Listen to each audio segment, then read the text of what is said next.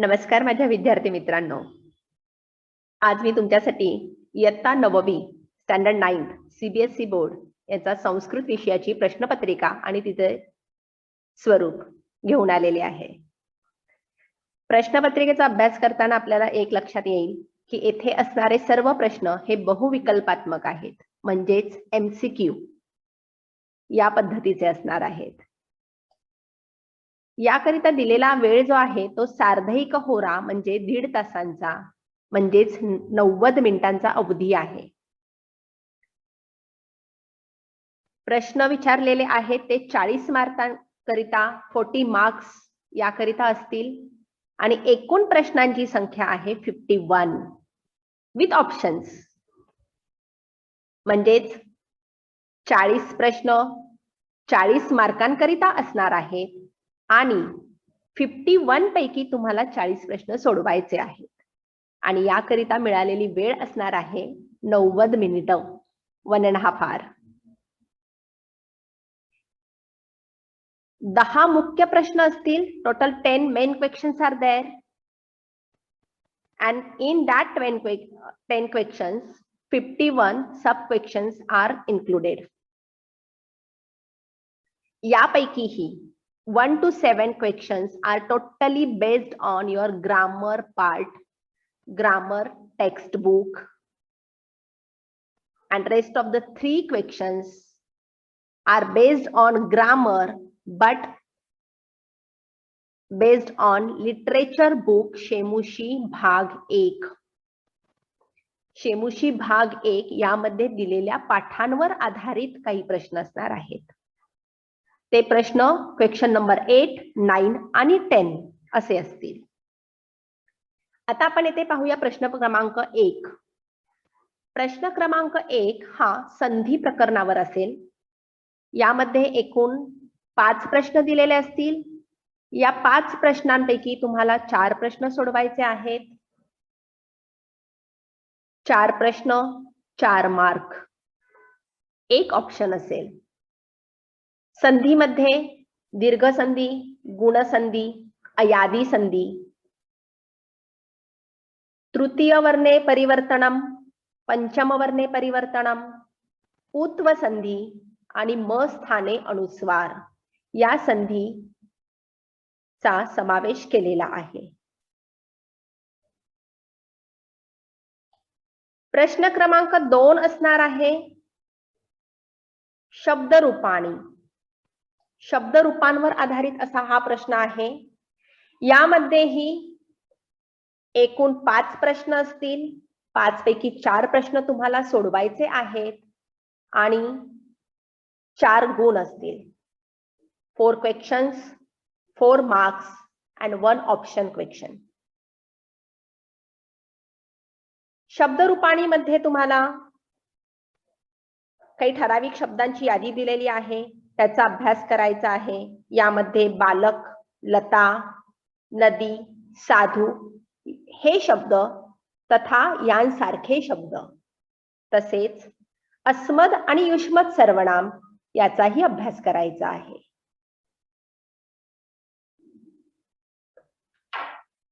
शब्दरूपाणी हा प्रश्न पूर्णतः रिकाम्या जागा भरा या पद्धतीचा असणार आहे. वाक्यांची पूर्ती करायची आहे. Question number 3. Question number 3 is based on धातू रूपाणी. यामध्ये आपल्याला बरेच धातू दिलेले आहेत. त्या धातूंचा अभ्यास करायचा आहे. यापैकी परस्मै पद आणि आत्मनेपद या दोन्ही धातूंचा अभ्यास करायचा आहे. धातू पदांचा अभ्यास करायचा आहे. 4 मार्क्स, 4 क्वेश्चन्स, 1 ऑप्शन क्वेश्चन. म्हणजेच तुम्हाला एक प्रश्न हा ऑप्शनला मिळणार आहे. रिकाम्या जागा स्वरूपामध्ये हा प्रश्न असणार आहे. येथे तुम्हाला एखादं धातूचे रूप विचारले जाते, त्याचा ठराविक असा लकार सांगितला जातो आणि त्या कर्त्यानुसार, वाक्यामध्ये दिलेल्या कर्त्यानुसार तुम्हाला योग्य ते धातुरूप येथे वापरायचं आहे. येथे धातूमध्ये पठ, गम, वद, भूभव, क्रीड, नी, दृश, अस, क्रू, पापिब या परस्मैी पदांचा अभ्यास करायचा आहे पंचलकारांसहित. आणि याशिवाय सेव आणि लभ या दोन आत्मने पदांचा अभ्यास करायचा आहे केवळ लट आणि लुट या दोन लकारांमध्येच. यावर आपल्याला 4 प्रश्न सोडवायचे आहेत.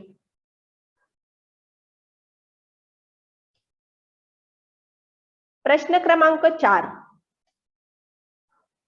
प्रश्न क्रमांक 4 हा पूर्णतः उपपद विभक्तीला अनुसरून असेल. यामध्ये एकूण 5 प्रश्न विचारले जातील. त्यापैकी 4 प्रश्न तुम्हाला सोडवायचे आहेत. एक प्रश्न एक्स्ट्रा तुम्हाला दिलेला आहे, तोही तुम्ही सोडवू शकता. म्हणजेच 4 प्रश्न 4 गुण. उपपद विभक्ती मध्ये द्वितीया, तृतीया, चतुर्थी, पंचमी, षष्टी, सप्तमी यांचा समावेश केलेला आहे.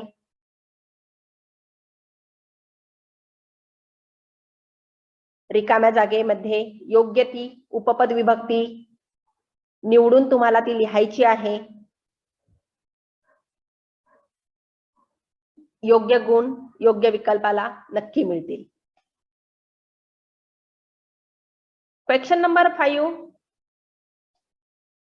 हा प्रकृती प्रत्यय यांवर आधारित असणार आहे. यामध्ये प्रकृती प्रत्यय यांचं संयोजन किंवा विभाजन दिलेल्या विकल्पापैकी करून आपल्याला लिहायचं आहे. यामध्ये तुम्हाला त्वा, तुमुन, ल्याप आणि क्तवतू या 4 प्रत्ययांचा अभ्यास करायचा आहे, करावा लागणार आहे. याची तयारी जर केलेली असेल तर निश्चितच तुम्हाला इथे पूर्ण गुण प्राप्त होतात. Question number 6. क्वेश्चन नंबर 6 मध्ये तुम्हाला संख्यांवर आधारित प्रश्न विचारलेले असतील. यामध्ये 1 ते 100 संख्या असणार आहेत आणि या 1 ते 100 संख्यांपैकी 1, 2, 3, 4 म्हणजेच 1 ते 4 या संख्यांची पुल्लिंग, स्त्रीलिंग, नपुसकलिंग यामध्ये होणारं परिवर्तन, बदल यानुसार त्याची रूपे विचारलेली असतील. हाही प्रश्न तुम्हाला वाक्य स्वरूपामध्ये विचारलेला असतो. योग्य ते विकल्प निवडून तुम्हाला उत्तर लिहायचं आहे.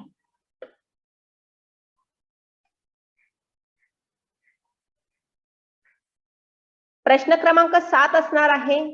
हा उपसर्गांवर आधारित असेल. यामध्ये उपसर्ग वेगळा करून लिहायचा आहे. उपसर्ग हा एखाद्या शब्दामध्ये प्रयुक्त केलेला असेल किंवा एखाद्या क्रियापदामध्ये प्रयुक्त केलेला असेल, तो शोधायचा आणि त्याप्रमाणे लिहायचा. याचेही विकल्प दिलेले असतात. एकूण 3 प्रश्न आहेत. या 3 प्रश्नांपैकी 2 प्रश्न तुम्हाला सोडवायचे आहेत. अचूक उत्तराला प्रत्येकी 1 मार्क म्हणजे 2 प्रश्नांचे 2 मार्क तुम्हाला इथे सहजपणे प्राप्त होतील. उपसर्गांमध्ये तुम्हाला उपसर्ग एकूण 11 उपसर्गांचा अभ्यास करायचा आहे. यामध्ये आ, वि, प्रति, उप, अनु, निर, प्र, अधि, अप, नि, अव या उपसर्गांचा अभ्यास जर तुम्ही केलेला असेल तर नक्कीच तुम्हाला इथे उपसर्गांचं चयन करणे शक्य होईल. येथपर्यंतचा भाग हा आपल्याला पूर्णतः व्याकरणाच्या पुस्तकावर आधारित होता. आता आपल्याला पुढील पाहायचा आहे पठित अवबोधन हा भाग. पठित अवबोधन हा तुमचा शेमुशी भाग 1 यावर आधारित असणार आहे. यामध्ये प्रश्न क्रमांक 8, 9 आणि 10 या 3 प्रश्नांचा समावेश केलेला आहे. प्रश्न क्रमांक 8 जो आहे हा प्रश्न निर्माणावर असेल. प्रश्न निर्माण करायचे आहेत. रेखांकित पद दिलेलं असेल, underlined word you will get, आणि त्या रेखांकित पदाला अनुसरून तुम्हाला प्रश्न निर्माण करायचा आहे. उत्तरासाठीचे विकल्प असतील, त्या विकल्पांपैकी योग्य विकल्प निवडायचा आहे आणि त्याप्रमाणे उत्तर लिहायचं आहे. एकूण 5 प्रश्न आहेत विचारलेले 5 मार्कांकरिता आणि एक्स्ट्राचा तुम्हाला इथे 1 प्रश्न दिलेला आहे. म्हणजे total 6 questions are there. You are suppose to solve any 5 of them and you will get 5 marks for the correct answers.